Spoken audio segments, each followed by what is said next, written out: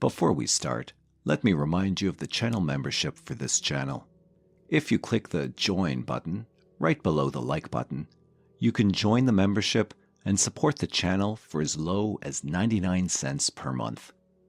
In return, you will get a cool Jason Voorhees mask badge next to your name when you comment on any of my videos, and 4 emotes that you can use in live stream and premieres chat. Ed Gein, Ted Bundy, Jeffrey Dahmer, and Edmund Kemper. Show this channel some love. Now, back to our video.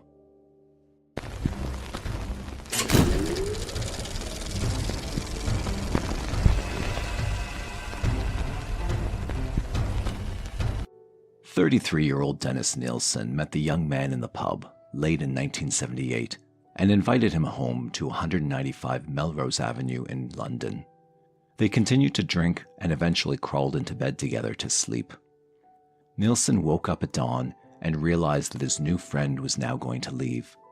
He ran his hand over his bedmate's body, becoming aroused. His heart pounded and he began to sweat.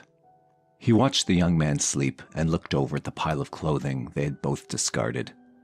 He spotted his tie, so he got out of bed to retrieve it. I raised myself up and slipped it on under his neck," Nilsen wrote 4 years later. "I quickly straddled him and pulled tight for all I was worth. His body came alive immediately. We struggled off the bed onto the floor." Nilsen tightened his grip, not about to let go and lose this battle to the death.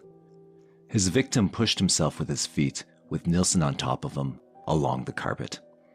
When he came up against the wall, he lay there and grew limp, giving up. Nilsen relaxed but realized the man was not yet dead, only unconscious. He ran into the kitchen and filled a plastic bucket full of water in order to drown the man. Nilsen lifted him onto some chairs, draping his head back, and pushed it into the bucket. The man did not struggle, although water splashed all over the carpet. "After a few minutes," Nilsen recalled, "the bubbles stopped coming. I lifted him up and sat him on the armchair.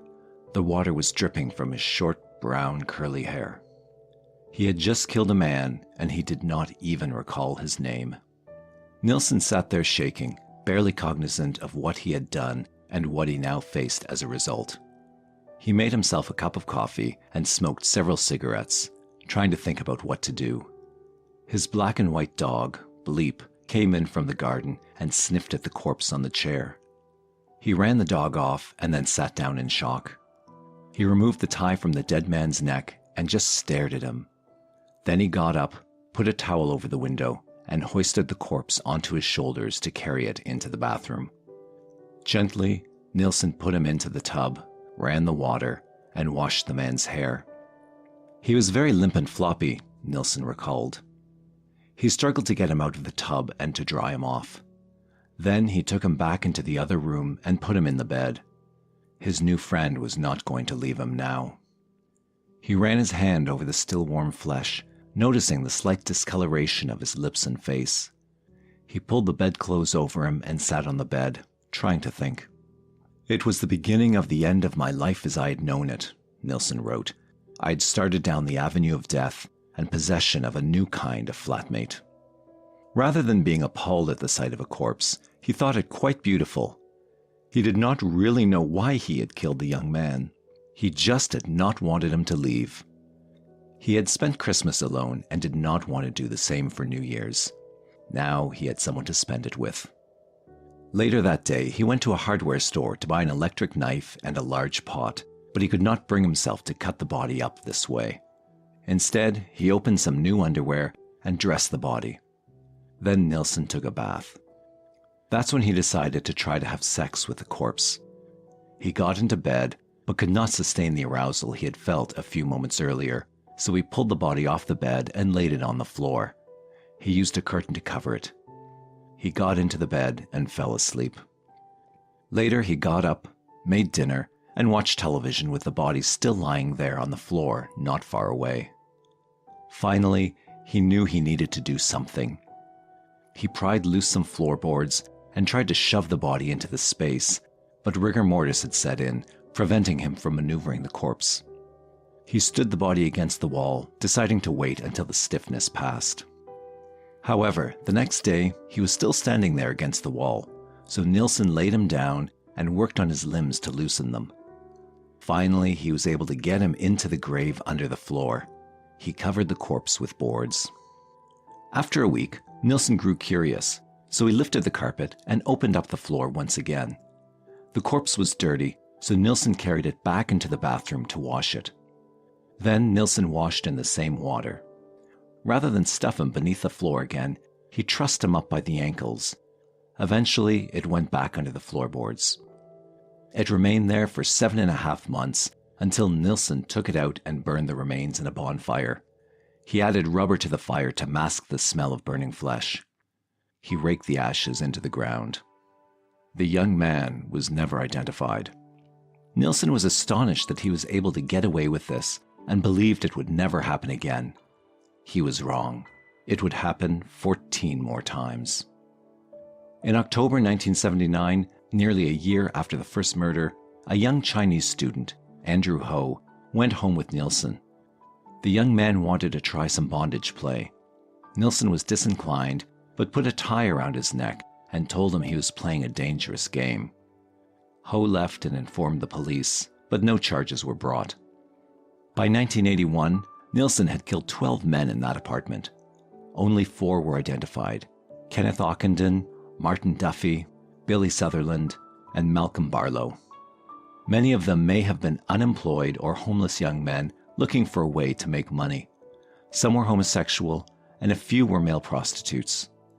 Nilsen claimed he went into a killing trance and on 7 occasions actually freed the men rather than complete the act because he was able to snap out of it. The second victim was Kenneth Ockenden, a Canadian tourist. He met Nilsen at lunch at a pub on December 3rd, 1979. They drank together for several hours, took a tour of London, and ended up in Nilsen's flat. They got along very well, and the more Nilsen enjoyed Ockenden's company, the more desperate he felt at the thought that the Canadian was flying home the following day. He strangled Ockenden with an electrical cord from some headphones, dragged him across the floor, and then sat down to listen to several pieces of music while the body lay there on the floor. Then he removed the clothing and took him into the bathroom to clean him up. Once finished, he placed the corpse in bed and slept with it the rest of the night, caressing it frequently. In the morning, Nilsen stuffed the body in a cupboard, tossed out the clothing, and went to work. During the day, the body rigidified in a doubled-up position. Nilsen took him out a day later and cleaned him up again. Then he dressed the corpse and sat him in a chair, taking photos of it in various positions. When he was finished with that, he took the young man into his bed and positioned it, spread-eagled, on top of him. He spoke to Ockenden as if he could hear. Then he crossed his legs together and had sex between his thighs. Finally, Nilsen relegated Ockenden to the space beneath the floorboards. He took him back out several times so that they could sit together and watch television. "I thought that his body and skin were very beautiful," Nilsen said later. Then he would dress him in something fresh and put him to bed and tell him goodnight. 5 months went by before it happened again. On May 13th, 1980, Martin Duffy, 16, turned up missing. He was homeless and he accepted Nilsen's invitation to spend the night. After 2 beers, he went to bed. Nilsen climbed on top, trapping his arms under the covers, and strangled him. He went limp but was still alive, so Nilsen carried him into the kitchen and drowned him by pushing his head into a sink full of water. Then he took him to the bathroom and got into the tub with him. "I talked to him and mentioned that his body was the youngest looking I'd ever seen," Nilsen mentioned. Nilsen brought him back to bed and kissed him all over, then sat on his stomach and masturbated.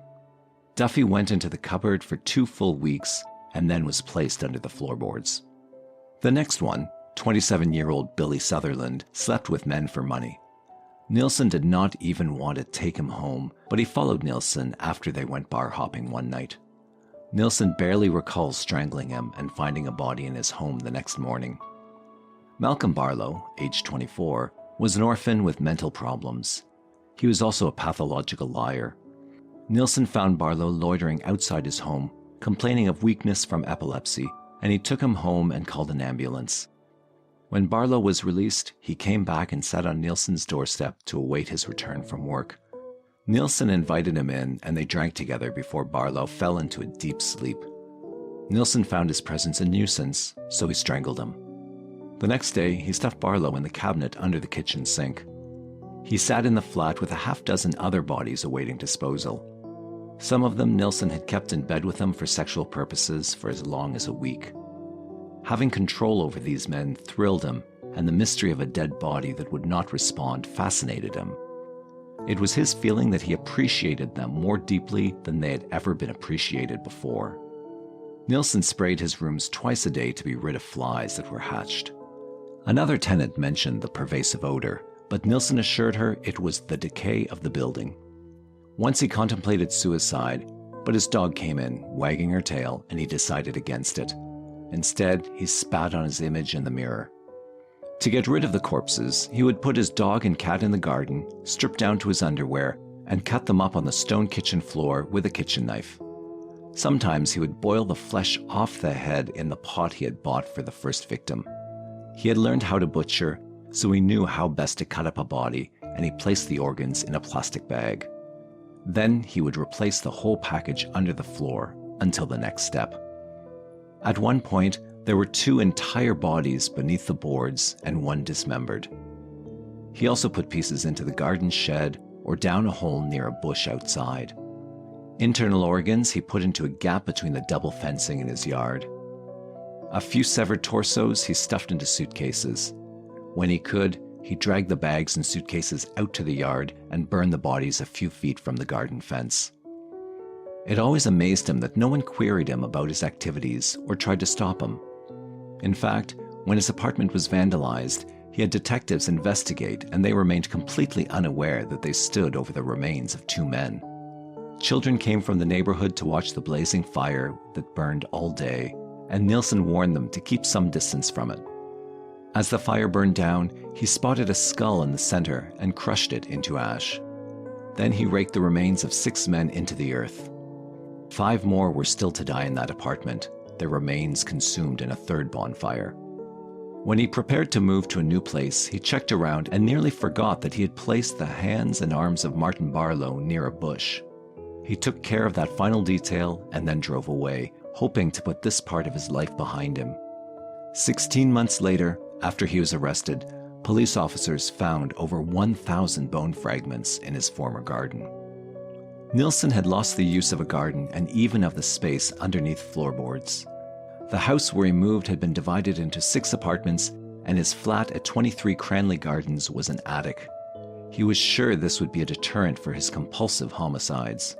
However, 3 more murders took place, and his quarters presented a complicated problem regarding disposal. The first victim was John Howlett, whom Nilsen called John the Guardsman. They had met once in a pub and had engaged in a long conversation. Then Nilsen was drinking alone one day when John walked in and recognized him. They chatted and then decided to go to Nilsen's place, where after drinking a while, John got into Nilsen's bed. Nilsen tried to get him to leave, but he refused to go. Nilsen then found a length of loose upholstery strap on an armchair and used it to strangle the man. At one point, he feared he would be overpowered, so he tightened his grip as John fought for control. Then he struck his head and soon went limp. Nilsen kept the strap on him until he was sure he was dead, and then went shakily into the other room.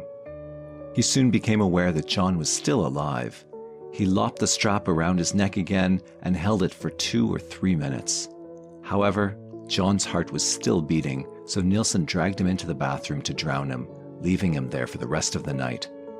Then he put the body in a closet as he contemplated how to get rid of it. He decided to dissect it into small pieces and flush it down a toilet. He had to hurry as he had a friend coming to visit. When the flushing process took longer than expected, he boiled some of the flesh in his kitchen, along with the head, hands, and feet. Then the bones were separated and put into the trash. Some larger bones he hurled over the back garden fence into a waste area, and placed others into a bag sprinkled inside with salt, and stored those in a tea chest. He covered that with a red curtain. The second man was Archibald Graham Allen. Nilsen made him an omelette, and what he recalled of this death was rather odd. I noticed he was sitting there, and suddenly he appeared to be asleep or unconscious with a large piece of omelette hanging out of his mouth, Nilsen said. At that point, he thought he strangled him, but does not recall. He thought the man might have choked on the egg dish. If the omelette killed him, I don't know, recalled Nilsen. Since an omelette does not leave red marks on someone's neck, Nilsen supposed that he was the one responsible. He placed Alan into a bath and left him there for 3 days, then dissected him as he had with John the Guardsman. The third and last victim was Stephen Sinclair, age 20, who took drugs and loitered around Leicester Square. On January the 23rd, 1983, some of his acquaintances saw him go off with a strange man. They went to Nilsen's home where Nilsen sat and listened to music, while Sinclair shot up and then fell asleep in a chair. Nilsen went into the kitchen and found some thick string, thinking to himself, "Here we go again." The string was too short, so he attached it to a tie. He draped the ligature over the sleeping man's knees and poured himself a drink. Then he sat and contemplated all the pain in Stephen's life and decided to stop it for him. He went over, made sure he was deeply asleep, and then used the string and tie ligature to strangle him. He struggled slightly and then went unconscious. Nilsen told him, "Nothing can hurt you now." Then he removed bandages on Stephen's arms and discovered that he recently had tried to commit suicide with a razor. Nilsen then bathed him and put him into the bed. He placed 2 mirrors by the bed and removed his clothes so that he could look at the 2 of them naked together. He experienced a feeling of oneness and thought that this surely was the meaning of life and death. He talked with Stephen as if he were still alive. The dog jumped into bed with them and sniffed at Stephen. Nilsen turned the young man's head toward him and kissed it. He had no idea that this corpse would betray him and finally be the cause of his undoing. Nilsen believes his troubles can be pinpointed to the traumatizing sight of his grandfather's corpse. He was born in Fraserburgh, Scotland on November 23, 1945, the only child of Betty and Olav Nilsen. It was an unhappy marriage, full of conflict from Olav's drunkenness and long absences. The marriage lasted 7 years until Betty divorced Olaf. She and Dennis, along with his 2 siblings, were already living in the home of her parents, since her husband had never provided otherwise, so they just stayed where they were. Young Dennis especially loved his grandfather, Andrew White, but when Dennis was only 6, Andrew died. Without telling Dennis what had happened, his mother took him to see the corpse, which triggered a terrible awareness of devastating loss. He says in retrospect that it caused a sort of emotional death inside him. When he was 8, he nearly drowned in the sea and was rescued by an older boy who was playing on the beach. The boy must have been aroused by Nilsen's prostrate body, for he removed his clothes and apparently masturbated onto him. Nilsen awoke to find a sticky white substance on his stomach. Then his mother remarried 2 years later, and he withdrew and became a loner. She had 4 more children and little time for Dennis. He never exhibited rage, cruelty to animals or other children, or any type of aggressiveness typically associated with conduct-disordered boys who become killers later in life. In fact, he was horrified by the cruelties that he witnessed by others. Once, he helped to search for a man who had turned up missing, and he and a friend found the man's corpse on the banks of a river. The man had wandered out into the night and had drowned. The body reminded Nilsen of his grandfather, whose death and permanent departure he had been unable to comprehend. He felt oddly distant. Having had no sexual encounter as an adolescent, but having experienced attraction to other boys, Nilsen remained fairly innocent.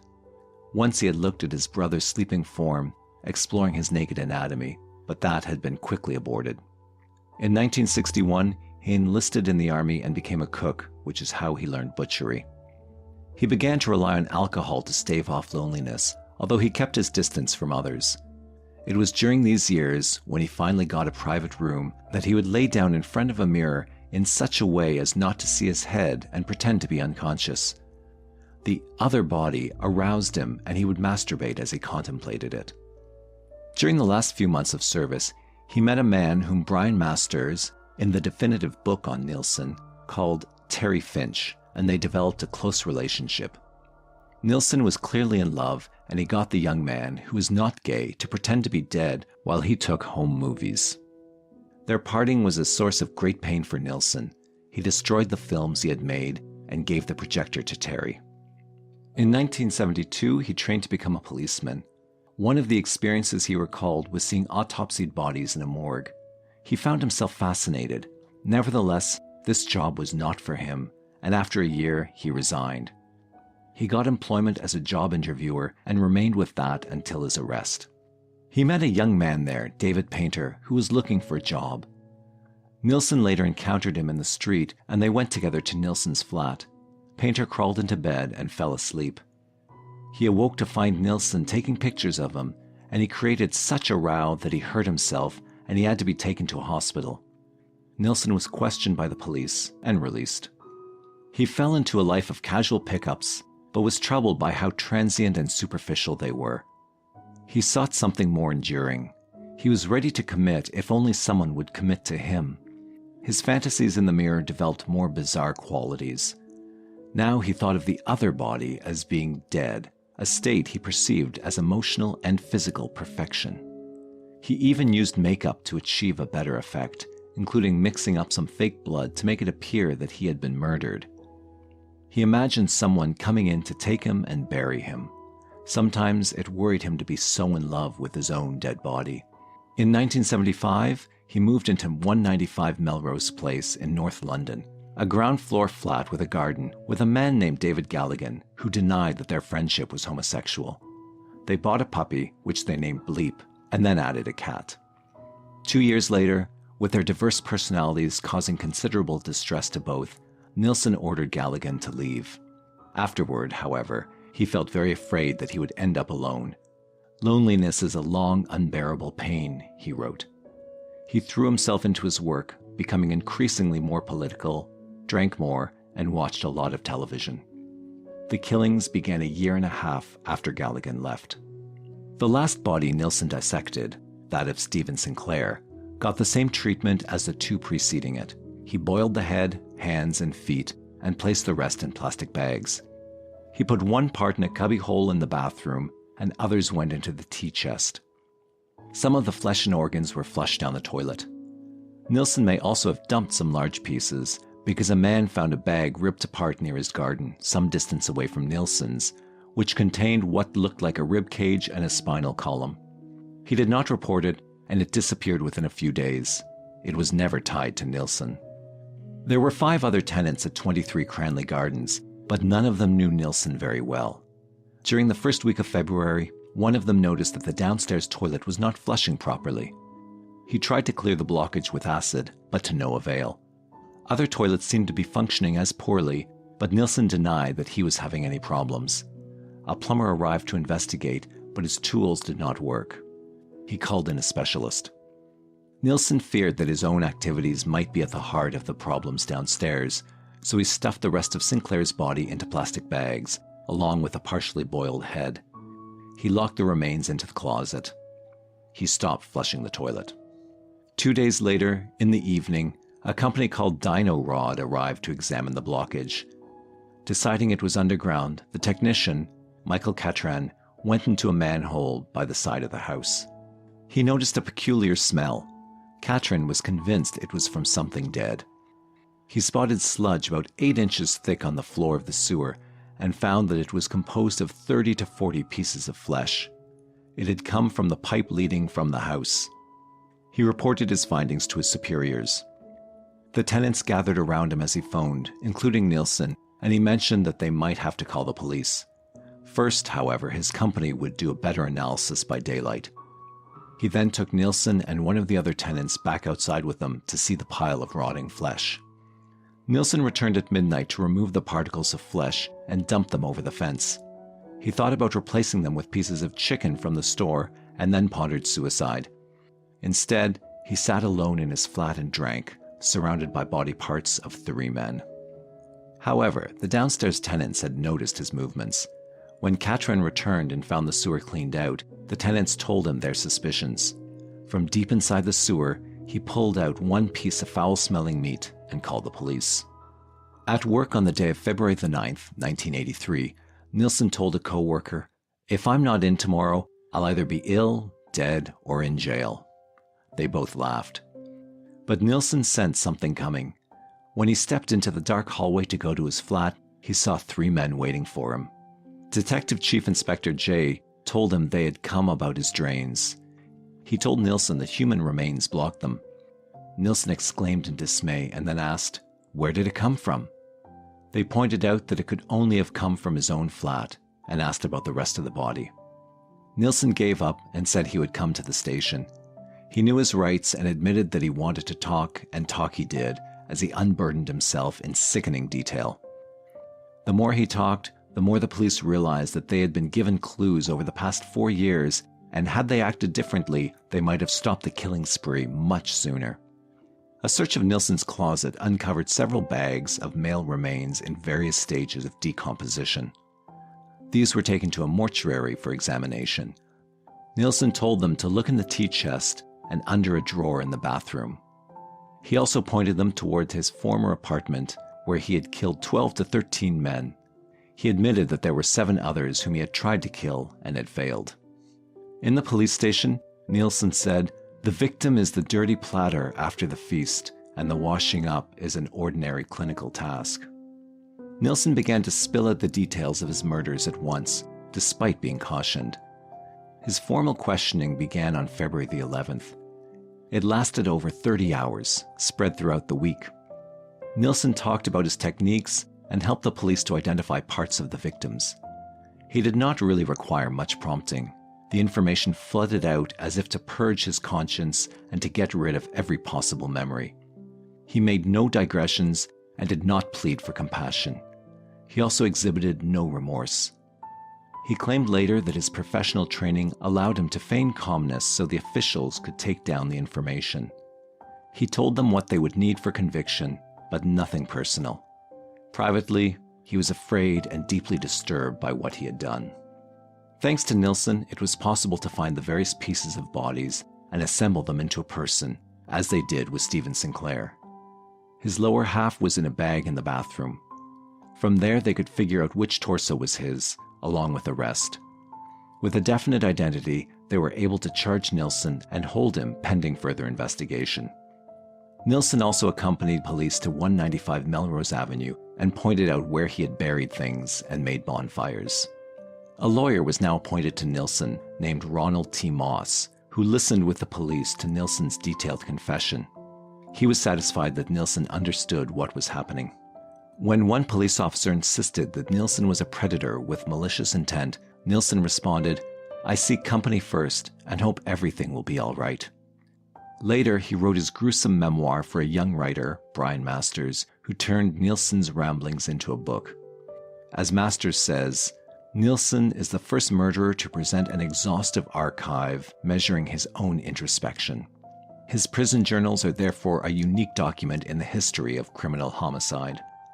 After the confession, Nilsen was removed to Brixton Prison to await his trial. He was troubled by the reaction of the press that immediately followed his arrest. "No one wants to believe ever that I am just an ordinary man," he mused, "come to an extraordinary and overwhelming conclusion." Many young men, and even a woman, came home with Nilsen and left unharmed, but a few just barely managed to escape, and some of those had made police reports. A more thorough investigation may have saved some lives. Nilsen claims that he made 7 attempts in which he was either fought off or later changed his mind. He recalls the names of only 4, but 3 of them testified against him at trial. In October 1979, Andrew Ho made a complaint. He said Nilsen had attacked him, but he would not make a written statement or agree to attend court as a witness, so there was no follow-up.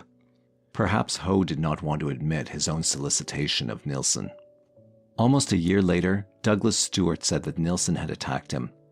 He had fallen asleep in the armchair, waking to find his feet tied and Nilsen putting a tie around his neck. He fought back, knocking Nilsen over, and Nilsen told him to leave. He called the police to 195 Melrose Place on August 11, 1980, around 4 a.m., but they noticed that he had been drinking. They knocked at the door, and Nilsen seemed surprised by what they had said. They figured it to be a homosexual encounter, with both sides hiding some of the truth. They made a report, but Stewart failed to follow up as required. Nilsen lived in his Cranley Gardens flat less than a year and a half, but killed 3 men. He nearly killed several more. On November 23, 1981, Nilsen's 36th birthday, he took a 19-year-old gay student named Paul Nobbs back home with him, and they sat drinking together. Then they went to bed, and Nobbs woke up at 2:30 in the morning with a terrible headache. He woke again at 6 and went into the kitchen. In the mirror there, he saw a deep red mark across his throat. The whites of his eyes were bloodshot, and his face looked bruised. Nilsen commented that he looked awful and advised him to see a doctor. That day, Nobbs visited the University Infirmary and learned that bruises on his throat indicated that someone had tried to strangle him. He declined to report the incident. The victim right after him was John Howlett, who did not escape. For New Year's Eve that year, neighbors of Nilsen were invited to his flat, but they had plans. Besides, he appeared drunk, which disturbed them. They heard him leave the house and return home with someone. Then they heard a commotion upstairs. Someone came running down the steps, sobbing, and ran out the front door. That man was Toshimitsu Ozawa. He told police that he thought Nilsen had intended to kill him. He had approached Ozawa with a tie stretched between his hands. There was no follow-up investigation. In April 1982, Nilsen entertained a drag artist named Carl Stoddard, age 21. They drank together and went to bed. He attempted to strangle Stoddard, who woke up unable to breathe. He thought Nilsen was trying to help him, but that was not the case. Nilsen carried him into the bathroom and placed him in a tub of water, submerging him several times until Stoddard begged for him to stop. Stoddard then went under and stopped struggling. Nilsen thought he was dead and carried him to the couch. Bleep jumped up and began to lick Stoddard's face, aware that he was still alive. Nilsen then took him to bed and wrapped himself around the young man until he regained consciousness. Nilsen told Stoddard that he had gotten his throat caught in the zipper of the sleeping bag that had covered him. Stoddard attributed the experience to a bad nightmare, despite getting a checkup and learning that his condition was consistent with severe strangulation. He actually agreed to meet Nilsen again, but did not keep the appointment. He also did not go to the police. While awaiting his trial, Nilsen decided to dispense with his legal aid, Ronald Moss, but then reinstated him. Nearing the trial date, he fired him and hired Ralph Heames, the lawyer of a prisoner with whom he was in love, David Martin. Heames decided to go for diminished responsibility defense, citing a mental abnormality in Nilsen. His defense counsel was Ivan Lawrence, asking for a charge of manslaughter. Nilsen examined the crime scene photos and felt ill over his atrocious acts against others. He wondered if the victims' families could ever forgive him. He wrote over 50 notebooks of his memoirs to assist the prosecution and also drew a series of sad sketches showing what he had done to some of his victims. On the eve of his trial, he wrote, "I've judged myself more harshly than any court ever could." Nilsen was charged with 6 counts of murder and 2 charges of attempted murder. Alan Green was the prosecutor. He maintained that Nilsen had killed in full awareness of what he was doing and should be found guilty of murder. His principal evidence was from Nilsen's lengthy statement to the police, while the defense relied on psychiatric analysis. The trial began on October 24, 1983. The charges were read and Nilsen pleaded not guilty to each one. Green described the events of the morning of Nilsen's arrest, but did not force the jury to look at photos of the grisly remains. He also mentioned that there was another count of murder and of attempted murder, but these had been determined too late to include in the original indictment. Those who testified against Nilsen were Paul Nobbs, Douglas Stewart, and Carl Stoddard. Nilsen attempted to undermine their credibility by helping his lawyer to point out problems with some of their statements. He said that Stewart had stayed for another drink after the alleged attack, which Stewart could not explain, and the defense counsel managed to get him to admit that he had sold his story to the media with embellishments. Nobbs admitted to a sexual encounter with Nilsen and said that he had appeared to be quite friendly throughout the evening. Stoddard, shy and quite terrified by the proceedings, also said that Nilsen had been solicitous and friendly. Nevertheless, his chilling account had a damaging effect on the defense. Nilsen's interviews with the police were read verbatim, taking 4 hours. The evidence presented in court included the cooking pot, the cutting board used to dissect one victim, and a set of knives that had belonged to Martin Duffy. The defense witness, Dr. James McKeith, discussed the various aspects of unspecified personality disorder from which he believed Nilsen suffered. He then described how Nilsen had always had trouble expressing his feelings, and he always fled from relationships that had gone wrong. His maladaptive behaviors had been in place since childhood. He had the ability to separate his mental and behavioral functions to an extraordinary degree, which implied diminished responsibility for what he was doing. The psychiatrist also described Nilsen's association between unconscious bodies and sexual arousal. He was also narcissistic and grandiose, with the added hindrance of blackouts from excessive drinking. He had an impaired sense of identity and was able to depersonalize others to the point where he did not feel much about what he was doing to them. On strenuous cross-examination, McKeith was forced to retract his judgment about diminished responsibility in all of the cases. He said that was for the court to decide. The second psychiatrist, Dr. Patrick Galway, diagnosed Nilsen with a borderline false self as if pseudo-normal narcissistic personality disorder. He settled for false self syndrome, which meant that Nilsen had occasional outbreaks of schizoid disturbances that he managed most of the time to keep at bay. Such a person is most likely to disintegrate under circumstances of social isolation. In effect, Nilsen was not guilty of malice aforethought. Even the judge questioned Galloway's obtuse medical jargon, and his testimony had the effect of being over the jury's heads. A rebuttal psychiatrist was called, Dr. Paul Bowden, who had spent 14 years with Nilsen, much more than those doctors for the defense. He found no evidence for much of the testimony put forth by the other psychiatrists and thought that Nilsen was manipulative. He did see Nilsen as a unique case, with a mental abnormality but not a mental disorder. His explanation of the difference was not very clear. During the summing up, in which the case was reduced to its basic elements, the judge instructed the jury that a mind can be evil without being abnormal, thereby dispensing with all of the psychiatric jargon. The jury retired on Thursday, November 3rd. The following day, at 11:25 a.m., the judge said that he would accept a majority count, since there were 2 dissenters on every issue, except the attempted murder of Nobbs. At 4:25, they delivered a verdict, guilty on all counts.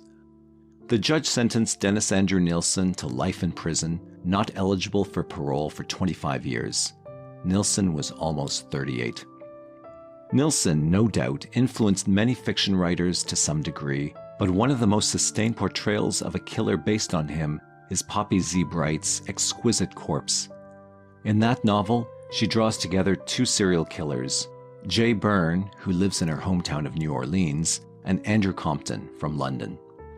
To Compton, murder is an art. Since he was 13, he would imagine himself dead, using makeup to enhance the effect. He uses this talent to feign his own death so he can escape from prison. Then he goes to the United States, where he meets Byrne, based in part on Jeffrey Dahmer. Together, they pick out the perfect victim.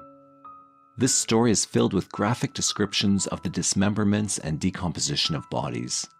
Bright was clearly, and admittedly, inspired by Nilsen's long and detailed account of his techniques.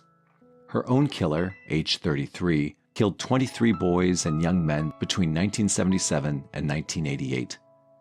Nilsen himself said that had he not been arrested, he would have continued what he was doing and might have left thousands of corpses. Like Nilsen, his victims were transients, and he would take care of them in such a way as to make them pliable. Also, like Nilsen, he enjoyed the act of murder, though he chose the knife. But he did not much care for the necessary dismemberment afterwards. He kept them in his flat for as long as a week, and he did not mind the odor of death. He wanted them with him so he would not feel alone. A corpse would never walk away, he says.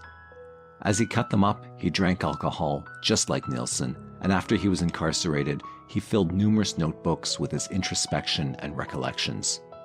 Although Compton is much more of a predator than Nilsen, his psychology owes its inspiration to his real-life counterpart.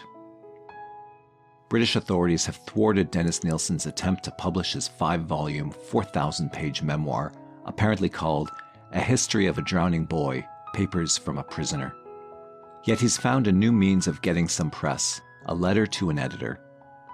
Incarcerated since 1983, Nilsen told police the details of his first murder, and on November 4, 2006, he sent a 3-page letter from Full Sutton Prison to an editor of the Evening Standard. While in carefully printed prose he discussed the recent development, out of consideration for the victim's family, he declined to provide the most graphic details. Numerous papers covered this event, especially London-based media such as The Times, and the letter was posted online. In it, Nilsen described his encounter with the 14-year-old boy whose death, he once had stated, had changed my life as I knew it. His name was Stephen Dean Holmes, and despite his youth, Nilsen apparently met him in the Cricklewood Arms pub. That was in 1978. While Nilsen wrote that Stephen was the first of 12 victims, the police estimate that he actually killed at least 15. He had said he'll assist in the identification of all his victims, but 7 remain unidentified. Stephen was once in this group because, at the time of Nilsen's arrest, he had not known who the boy was. He'd been on a drunken binge during their encounter and later could not find identification papers on the body. Thus, Nilsen was not charged with this murder when tried for 6 others. Yet the police had not given up. In 1990, they had taken a blurred photograph of Stephen Holmes to show Nilsen, but he'd been unable to say whether the boy pictured was the one he'd killed. Then, in January 2006, Stephen's family provided a better photo. Detectives showed it to Nilsen, and he made the identification. Stephen was his first homicide victim. Using what would become his usual MO, he'd invited Stephen back to his house for a beer. They drank together throughout the night, and Stephen stayed over. When Nilsen woke up, he panicked that Stephen would now leave him, so he used a tie to strangle him. Stephen fought but finally passed out, and Nilsen drowned him in a bucket. Faced with the difficulty of disposing of the corpse, he placed it beneath the floorboards of his flat. Over the course of 8 months, he examined it out of curiosity and finally burned the remains in the back garden until nothing was left but teeth and bone fragments. Nilsen claims that at one point he urged the police to use these items to help identify Stephen, but had learned that they'd been disposed of. The Times Online offered a few details about Stephen. Born in Hampstead to Irish parents, heterosexual and popular, he enjoyed football and rock and roll. In fact, he had disappeared on his way home from a concert. Apparently, he'd gone into the pub, possibly to warm up, before catching a bus home. Instead, he met Nilsen.